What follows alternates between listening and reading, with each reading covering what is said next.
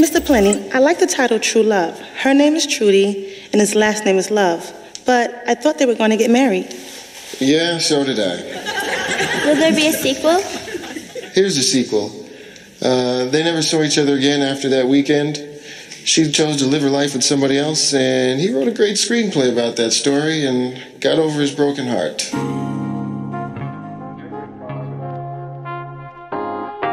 The ugly truth when it comes to love and romance.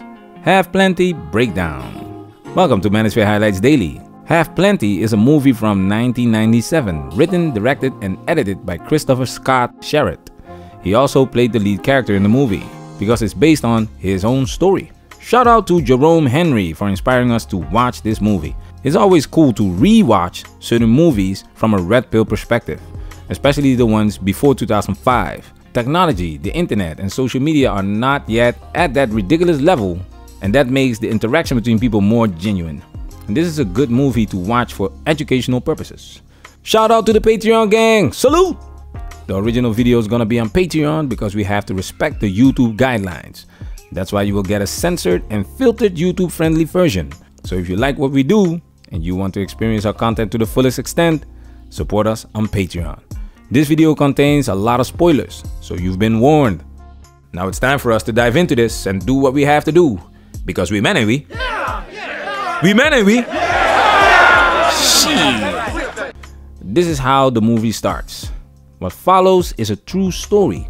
And most true stories are not for the big screen because the truth is flat, it's ugly, it's hard to sell. And this movie highlights this as well.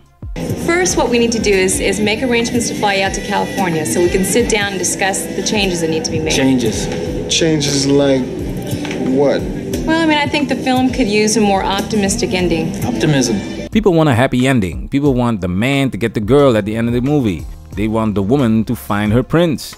They want to leave the theater with a good feeling, but that's not reality. And this movie does a pretty good job highlighting the ugly truth when it comes to love and romance. Check this out.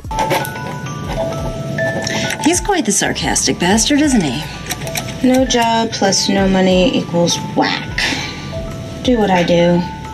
Ignore him. So why'd you invite him down here then? Charity. Women have multiple needs and they have it at different times. This is why they have multiple men on the back burner, and she will call upon them when needed. This guy is clearly not for financial needs, and she is also not interested in having him as her new boyfriend. So what is the reason? When I get back to New York, do I look like a biscuit to you? Do I look like a biscuit to you? Do I look like a French fry? Then why are you trying to play me like a side order? Michael, you cheated on me. So why don't you go to your other woman's house and have a good time? Happy New Year. Ah, fiance is cheating on her.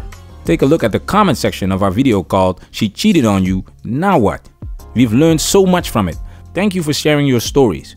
If you've been cheated on, you might be experiencing a roller coaster of emotions. You may feel devastated one moment and angry the next. A broken heart can lead to feeling shame, doubt, confusion, and anxiety. This guy is here for emotional reasons. She friend-zoned him and always knew that he truly loved her, but she went for the guy that every girl wanted. The guy from the fairy tales. Check this out. When I see that motherfucker in a suit, and I hear his songs, and I listen to his voice, I just...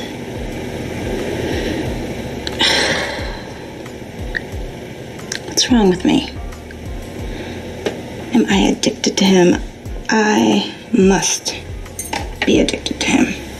In this case, the dream guy is a famous singer and the relationship that she has with him is superficial. It's confusing to her because she probably doesn't even like him. But like she says, when I see him in his suit and listen to his music, it's all part of that dream, that fantasy. I'm dating the superstar because he is a superstar.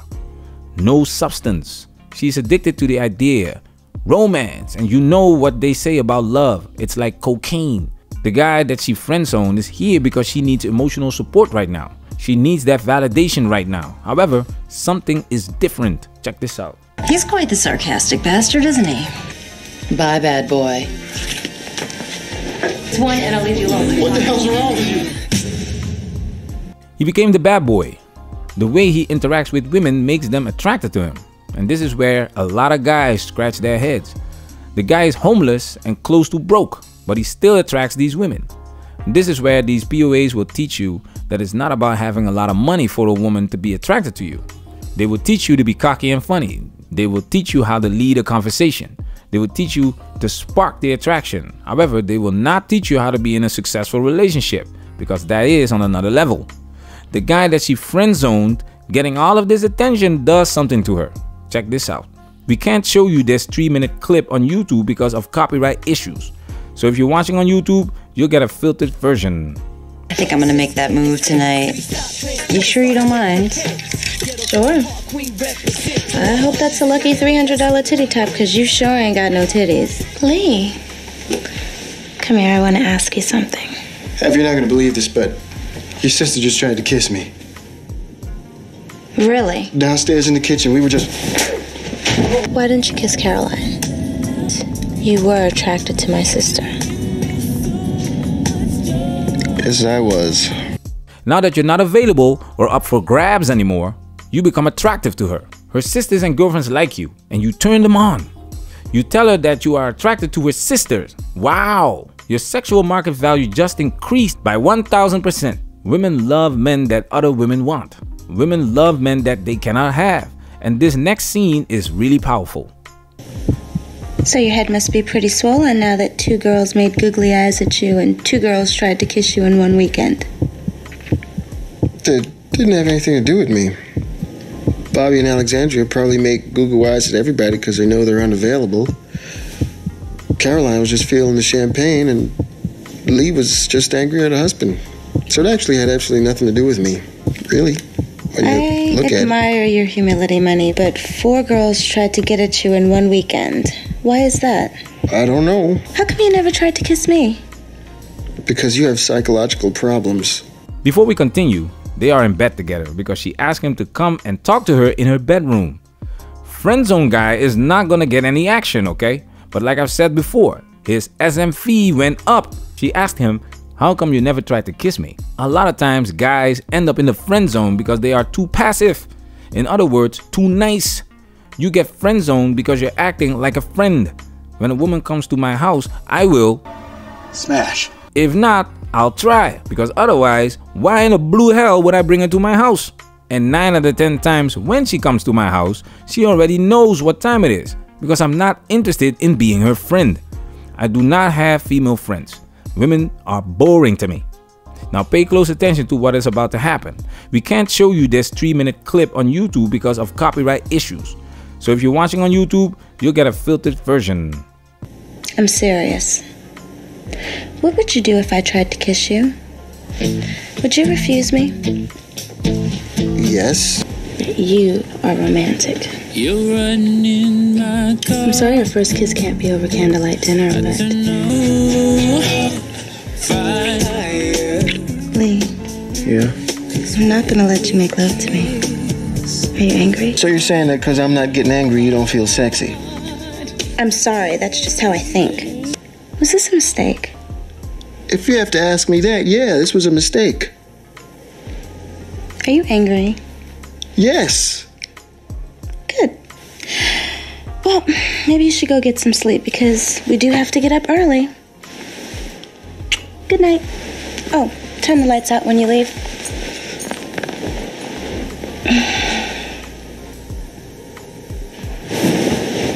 Gotcha! It's not about sex. Women know that they can have that. It's not about attention. Women know that they can get that. It's about special attention. This is the issue with polygamy and stuff like that. People want to feel special.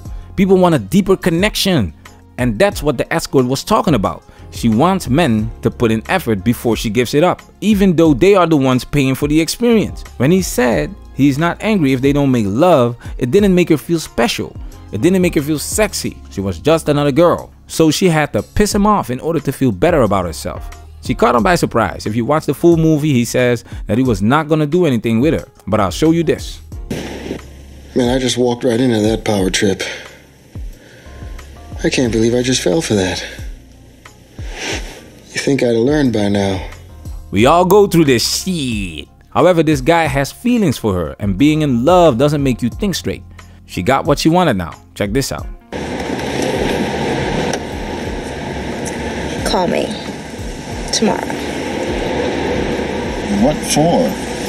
Just call me. She's very shady in this scene, and that is necessary to keep him in the friend zone. She says, call me. Keep giving me this free attention. Keep boosting my ego. In this next scene, he confesses his love to her in a letter, and this is what happens. Hey, Hav, wanna go to a party at the Neo Bar tonight? Get your groove on? Michael might be there.